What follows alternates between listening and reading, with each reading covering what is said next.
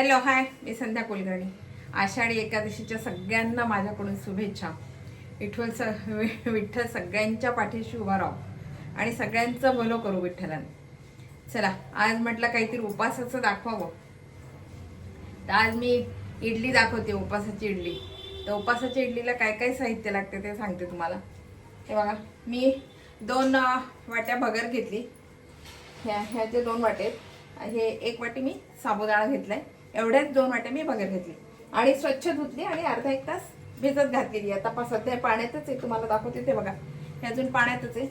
तर ही भगर आहे, मीठ आहे, हा साबुदाणा आहे आणि थोडा सोडा घेतला, किंचितचा सोडा घेतला आणि इडली पात्राला लावायला तूप आहे आणि हे दही आहे. दही घेतलं. एवढंच याला साहित्य लागते. आता हे कशी करायची तुम्हाला सांगते. ही छान मी स्वच्छ 2-3 पाण्यानं इडली हे आपलं भगर धुवून घेतली आहे. इडलीचं प्रमाणच आहे, किंवा 2 वाट्या घेतलं, 2 वाट्या भगर असले तर 1 वाटी साबुदाणा असं प्रमाण घेतलं. आता सांगते तुम्हाला मी कशी करायची. खोबऱ्याच्या चटणीचं आहे माझं भांडं आज. आता मी हे स्वच्छ धुतलेली आहे 2-3 पाण्यानं आणि निवडून घेतलेली आहे. काही वेळेस ना त्याच्यामध्ये तांदळाचे दाणे किंवा मग खडे असं असते, म्हणून ते स्वच्छ करून घेतली छान आणि धुवून घेतली.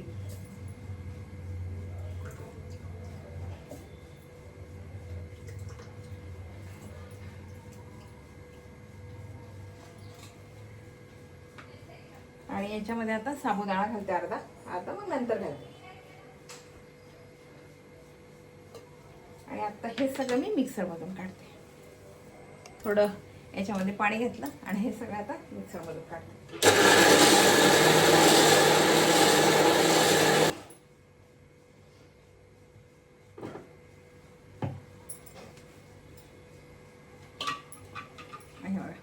असं छान हे इडली सारखं बारीक झालंय. आणि आता बघा, हे सगळं मी ह्या भांड्यात काढून घेते. तेवढंच पातळ करायचं. आपण इडलीचं जसं ठेवतो ना, तांदळाची इडली करतो त्याचं जसं ठेवतो तसंच हे ठेवायचं. आणि मग आता परत दुसरं करून घेते. आणि आता बघा, हे जे दही आहे ना, हे छान फेटून घेते मी.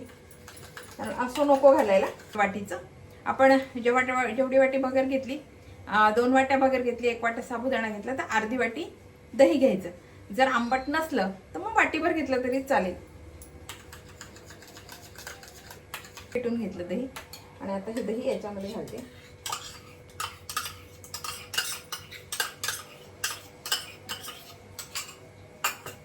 आणि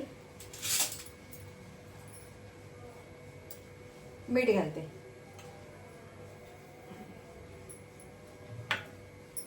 थोडासा सोडा.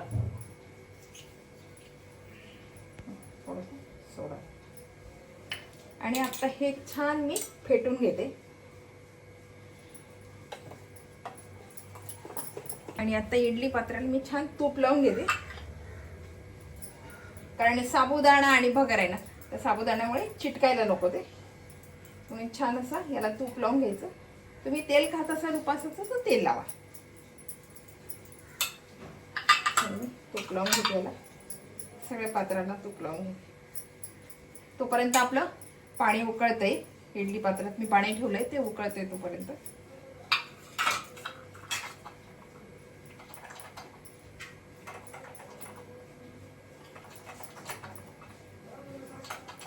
भरपूर असं, कारण आपण पहिल्या वेळेला चिटकायला नको. नंतर एवढं नाही चिटकणार, पण सुरुवातीला अजिबातच त्याला काही नाही, म्हणून थोडंसं तूप लावून घेतलं. आता बघा छान फेटले मी. आता हे याच्यामध्ये टाकते.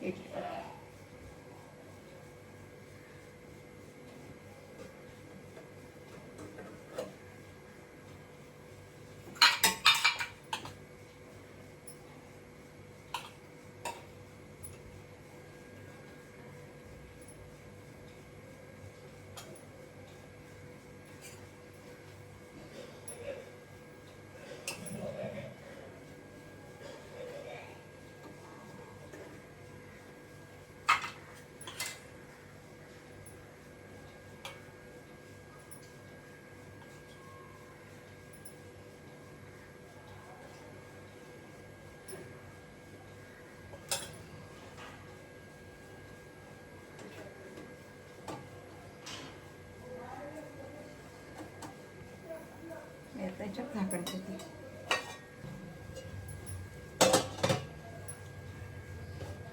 पाच मिनिटात आपली इडली होऊन येईल. आणि आता बघा मी गॅस बंद केला.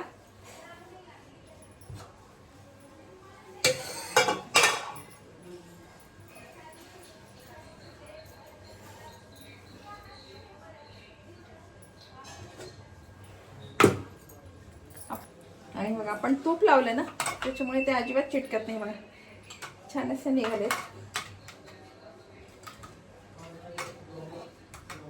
तूप लावल्यामुळे ते बिलकुल नाही चिटकत.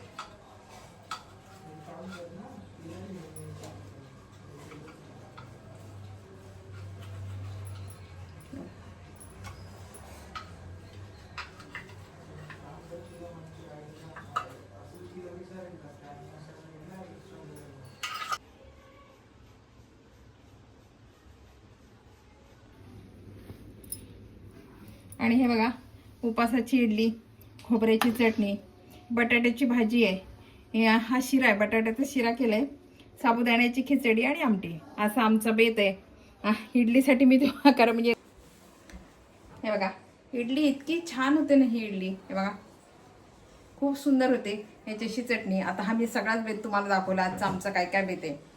इडली आहे, मगाशी मी दाखवलंच तुम्हाला. इडली आहे, खोबऱ्याची चटणी आहे, बटाट्याची भाजी केली, खिचडी आहे साबुदाण्याची, बटाट्याचा शिरा आणि आमटी, असा आमचा आज उपासाचा बेत आहे. मी म्हटलं ना उपास, तरी मी अजून चिक्की याच्यामध्ये शेंगदाण्याची की कालची केलेली नाही ठेवली. उपास म्हटलं ना की सगळं सागर संगीत लागते. अजून लिंबाचं लोणचं उपासाचं नाही ठेवलेलं. बरंच काय केलं ते. तर बघा असं ही रेसिपी तुम्हाला कशी वाटली, आवडली का? आवडली असेल तर लाईक करा, शेअर करा, सबस्क्राईब करा, म्हणजे माझे असे नवीन नवीन व्हिडिओ तुम्हाला बघायला मिळतील. बाय. आणि हे नक्की करून बघा बरं का. बाय.